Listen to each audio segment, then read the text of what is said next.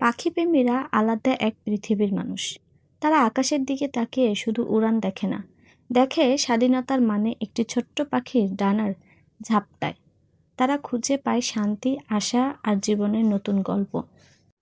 পাখিপ্রেমীদের কাছে খাঁচা নয়, মুক্ত আকাশই সবচেয়ে সুন্দর ঠিকানা। পাখির ডাক তাদের কাছে শব্দ নয়, সেটা প্রকৃতি পাঠানো ভালোবাসার বার্তা। ভোরের আলোতে পাখির কিচিরমিচির তাদের দিনের শুরুটা করে তোলে আরও পবিত্র।